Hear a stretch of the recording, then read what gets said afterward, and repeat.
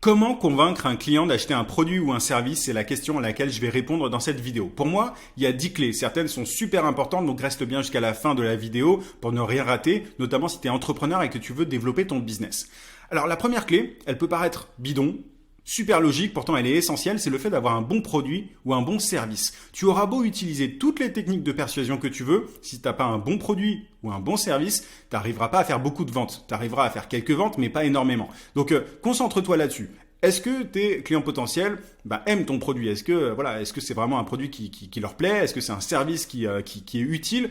Penche-toi vraiment là-dessus. Il y a plein de vidéos sur YouTube qui te disent comment vendre n'importe quoi à n'importe qui. Moi, je considère que c'est pas possible. Tu ne peux pas vendre n'importe quoi. Enfin, à quelques personnes, il y a des exceptions, etc. On est d'accord, mais tu peux pas faire beaucoup de ventes de cette manière-là. Il faut absolument que ton produit soit bon. Et ça va de toute façon te faciliter la tâche. Donc facilite-toi le travail, concentre-toi là-dessus avant de te pencher sur le reste. Avant de te donner la deuxième clé, je t'invite à mettre un gros pouce sous cette vidéo et abonne-toi à la chaîne si ce n'est pas déjà fait. J'ai des centaines de vidéos sur la vente et sur le marketing et je publie régulièrement. Donc active aussi la cloche de notification pour ne rien rater. Deuxième clé, c'est le fait de répondre à un besoin urgent, voire douloureux avec ton produit ou avec ton service. C'est plus facile de le faire avec un service. Si tu es coach, consultant, freelance par exemple, tu peux changer ta promesse, tu peux changer ton service pour faire en sorte que qu'il réponde à un problème urgent. Un problème douloureux, ça va te permettre d'accélérer tes ventes. Il y a beaucoup d'indépendants qui vendent en général, tu vois, un service accessoire un peu gadget et du coup, ils doivent faire énormément de relances, ils doivent contacter plein de personnes pour faire des ventes. Donc, si tu arrives à changer ton produit ou ton service pour qu'il réponde à un besoin urgent, douloureux, tu vas avoir des gens qui vont passer à l'action vraiment plus rapidement. Ça va être beaucoup plus simple pour toi. Avant de te donner la troisième clé, je voudrais te prévenir, j'ai une formation gratuite continue. Tu as le lien d'inscription en description. En t'inscrivant, tu vas pouvoir développer ton business en 5 minutes par jour. En fait, c'est simple, j'envoie un email tous les matins à 9 heures dans lequel je donne des conseils, des techniques, des méthodes pour trouver plus de clients et pour facturer ces services à prix d'or. Donc, si tu es coach, consultant, formateur, freelance, peu importe, à partir du moment où tu vends tes services à des entreprises ou à des professionnels, c'est vraiment là que ça se passe. Il y a plus de 10 000 personnes qui sont déjà inscrites, donc clique sur le i ou sur le lien en description pour recevoir mes prochains emails. Troisième clé, pose des questions quand tu es dans un échange avec un prospect. Pose des questions à ton prospect pour trouver l'angle le plus efficace. En fait, l'erreur, c'est de penser que pour vendre, il faut pitcher. Tu vois, il faut pitcher, il faut blablater, il faut baratiner. C'est une grosse erreur de penser ça. Tu vois, notamment quand tu le vois dans les bons magasins. Quand tu vas acheter des vêtements, par exemple, tu as souvent un vendeur, enfin ça dépend des magasins évidemment, mais tu as des vendeurs qui vont venir vers toi, enfin ça dépend, parfois ils te laissent un peu venir, mais souvent ils vont te poser des questions, voilà, qu'est-ce que je peux faire pour vous, qu'est-ce que vous cherchez, etc. Enfin ils posent des questions, ils sont pas en train de te balancer les fringues qu'ils veulent te vendre à tout prix. C'est exactement la même chose que tu dois faire, et même si tu vends tes services, si tu échanges avec un prospect sur les réseaux sociaux ou par téléphone, pose des questions, essaye de voir, d'identifier finalement l'angle qui va te permettre de vendre ton produit ou ton service. Souvent, les gens, quand tu leur poses des questions, ils vont te dire leurs besoins. Ils vont te dire voilà ce qu'ils cherchent, pourquoi est-ce qu'ils cherchent ce qu'ils cherchent, etc. Et du coup, tu vas pouvoir avoir les bons arguments pour proposer ton service ou ton produit. Tu vois, par exemple, si tu es freelance et que tu échanges avec un prospect et que je sais pas, il cherche à créer un site web, pose-lui la question pourquoi est-ce que vous cherchez un site web, etc. Et il va te dire par exemple je veux plus de clients. Donc si tu mets l'accent sur le fait que ton site web va l'aider à convertir plus de prospects en clients, ça va lui parler. C'est un exemple dans le marketing digital, mais tu vois. Tu peux reprendre ça dans absolument n'importe quel domaine. Laisse les gens parler et écoute-les et ensuite adapte ton discours à ce qu'ils viennent de te dire. Quatrième clé, fais preuve d'empathie et de storytelling. Fais preuve d'empathie, et utilise le storytelling pour ça. Ce que je veux dire, c'est que, tu vois, les gens, avant d'acheter, en fait, ont besoin de se sentir compris. Du coup, les questions aident à montrer que tu es empathique, ça montre en fait que tu t'intéresses tout simplement à ton prospect.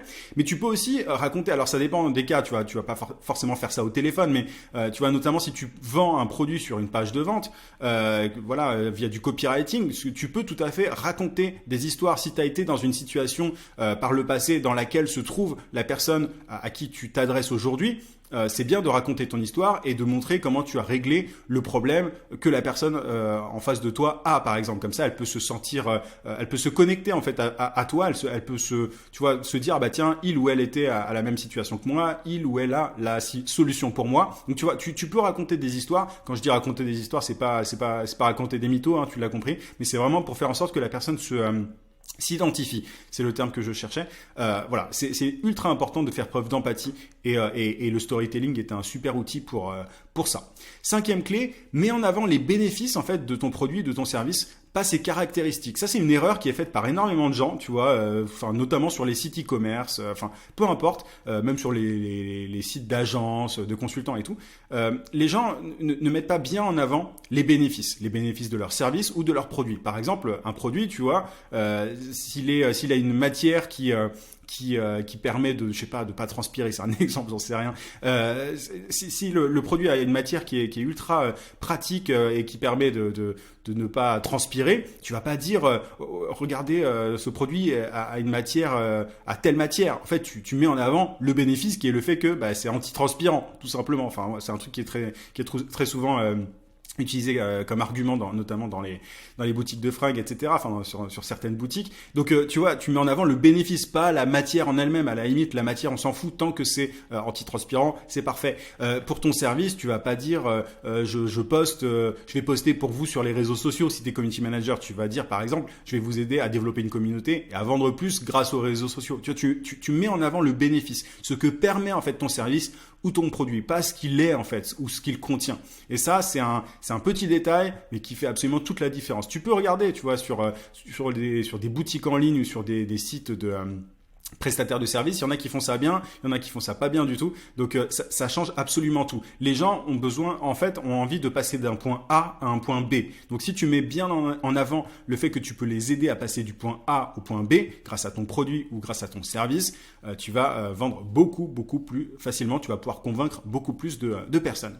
Sixième clé, explique les choses simplement sans jargon. Alors, si tu es dans un domaine, tu vois, technique et que tu t'adresses à des gens qui comprennent tous les termes techniques, tu peux utiliser du jargon, c'est même bien parce que les gens vont s'identifier, ils vont se dire ah bah tiens, vous faites partie du même milieu, du même monde, donc limite ça crée de la confiance. Mais très souvent, en tant qu'expert, ou alors quand on vend un produit qui est pas forcément très connu par les gens, bah, on a tendance à utiliser des termes que tout le monde ne comprend pas. Donc essaye d'expliquer les choses le plus simplement possible. Souvent il faut même, tu vois, on a un peu l'impression qu'on simplifie trop et pourtant on simplifie rarement trop. Si tu veux enfin moi je me suis rendu compte de ça, le jargon ça perd tout le monde. Un prospect qui ne comprend pas quelque chose, qui ne comprend pas l'intérêt de ton produit, de ton service, il achète pas. Donc simplifie à fond.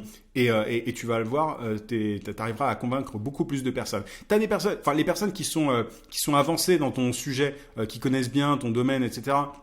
Ils comprendront parce que c'est simple, mais les personnes qui n'y connaissent rien comprendront aussi. Donc tu augmentes potentiellement ton bassin de prospects en fait, d'une certaine manière. Septième clé, si je me trompe pas, anticipe les objections pour couper l'herbe sous les pieds de tes prospects. Alors, au fur et à mesure de ton expérience, tu vas te rendre compte que les gens ont tout le temps les mêmes objections. Ils te disent oui, mais ceci, oui, mais cela. Il faut que tu te notes toutes ces objections. Et lorsque tu échanges avec ton prospect, attention, je te dis pas de baratiner, on en a parlé précédemment, mais quand tu échanges avec ton prospect, que tu lui poses des questions, c'est bien de couper l'herbe sous le pied du prospect avant qu'il n'émette une objection. Si tu te rends compte qu'il y a tout le temps les mêmes objections, n'hésite pas à placer des arguments en amont de la conversation pour que la personne à la fin ne te dise pas oui mais blabla, oui mais blabla. Vu que tu auras coché toutes les cases d'une certaine manière lors de votre échange, il y a beaucoup plus de chances que la personne passe à l'action, qu'elle soit convaincue tout simplement. Donc au fur et à mesure du temps, note toutes les objections que tu rencontres et essaye d'avoir des arguments contre ces objections et tu verras, ça va vraiment te faciliter tes ventes. Huitième clé, donne une raison d'acheter maintenant. Tu peux, par exemple, proposer une promo. Tu vois ça souvent dans le domaine de l'e-commerce. Il y a telle promo, il y a 50% jusqu'à demain, il y a 20% jusqu'à la fin de semaine, etc. C'est un truc qui est extrêmement courant. Et En général, ça dépend des domaines, mais tu vois, dans beaucoup de domaines, quand tu donnes pas une raison d'acheter maintenant, surtout pour des produits qui répondent pas forcément, ou des services qui répondent pas forcément à un besoin très urgent ou très douloureux, il faut un petit boost, tu vois, un petit booster de vente, et les promotions, notamment, sont extrêmement pratiques pour ça. Ça peut être autre chose que des promotions, mais essaye de trouver une raison, voilà, de passer à l'action maintenant. Peut-être que t'as plus de stock, demain il y en aura plus, tu vois, ou alors demain, enfin, peut-être sinon, qu'il n'y a pas beaucoup de place pour ton service. Tu vois, si tu es coach, par exemple, tu peux tout à fait, si tu limites le nombre de places, tu peux tout à fait dire à la personne, il reste 2 places, elles vont vite partir. Il faut que ce soit vrai, évidemment, mais tu vois, elles vont vite partir. Voilà, le mieux, c'est quand même de passer à l'action maintenant. Donc, tu peux réussir à convaincre des gens de passer à l'action beaucoup plus vite grâce à ça.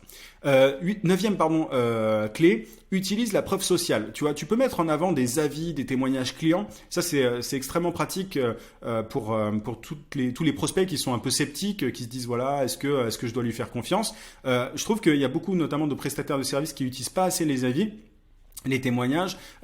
Pourtant ça fait la grosse différence. Moi j'en ai pas mal, et c'est vrai que je me rends compte du nombre de conversions en plus grâce à ces témoignages. Donc essaye de récolter des avis de clients satisfaits que tu as eu par le passé, que tu vends un produit ou un service, et n'hésite pas à mettre ça en avant sur ton site internet, même quand tu échanges avec un prospect en privé ou par email, peu importe, tu peux aussi mettre en avant ces témoignages, et voilà, ça permet de convaincre des personnes qui hésitent en fait, et c'est vraiment trop sous-estimé dans la vente en ligne, enfin dans tout ce qui est boutique en ligne, etc., en e-commerce, c'est utilisé, mais pas assez, notamment dans la prestation de service. 10e et dernière clé dont je voulais te parler, c'est le fait de proposer une garantie si possible. Tu sais, on connaît tous ces garanties satisfait ou remboursé. Il y a une raison pour laquelle les gens utilisent ça, c'est que ça marche. Donc ça permet de convaincre encore plus de personnes. Donc tu vois, tu as les témoignages, etc. Mais tu as aussi, si tu as cette garantie, voilà, les gens n'ont aucune raison de ne pas passer à l'action. Si tu vends des services, tu peux tout à fait dire, voilà, je vous rembourse si je n'atteins pas les résultats, ou alors vous me payez que si vous avez des résultats. Quand tu vends des produits, ça peut être satisfait ou remboursé. Enfin, tu vois, tu as tout un tas de garanties que tu peux mettre en avant comme ça. Et ça va clairement te permettre de convaincre beaucoup plus de clients d'acheter. J'espère que cette vidéo t'a été utile, qu'elle t'a plu. N'hésite pas à mettre un gros pouce et à t'abonner à la chaîne si ce n'est pas déjà fait, comme je te le disais. Je te rappelle une dernière fois que tu peux développer ton business en 5 minutes par jour en t'inscrivant à mes emails secrets. Tu as le lien en description ou sur le i. C'est pour tous les indépendants, les coachs, les consultants, les formateurs, les freelances qui sont ambitieux, parce que voilà, c'est clairement pas pour les touristes. Je préfère te prévenir, tu vas recevoir un email tous les matins à 9h si tu t'inscris. Donc si tu veux créer et développer un business qui te rend libre, c'est juste en dessous que ça se passe. Je te souhaite plein de succès, je te dis à très vite dans une prochaine vidéo.